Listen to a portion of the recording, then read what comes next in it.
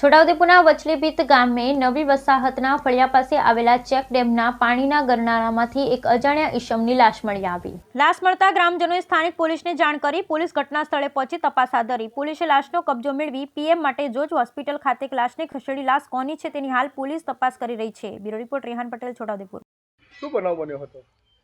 આજરોજ છોટાઉદેપુરના મંડલવા જૂથ ગ્રામ પંચાયતમાં આવેલા વચલીભીત ગામમાં એક હાઈવે ઉપર ગરનાળાની અંદર એક અજાણ્યાની લાશ જોવા મળતા અમો એની આજુબાજુના ગામડામાં તપાસ કરતા કોઈ એ લાશની પત્તો ન લાગતા અમે જોજ પોલીસ સ્ટેશને જાણ કરી અને પોલીસ અહીંયા આવી અને એ લાશને જોજ દવાખાનામાં લાવી એને પીએમ માટે રાખી છે અને એ લાશની શોધખોળ માટે હાલ પોલીસની કાર્યવાહી ચાલુ છે। શું નામ આપનું? મારું નામ છે ઘનશ્યામભાઈ જીરિયાભાઈ નાયકા, મંડલવા જૂથ ગ્રામ પંચાયત સરપંચ।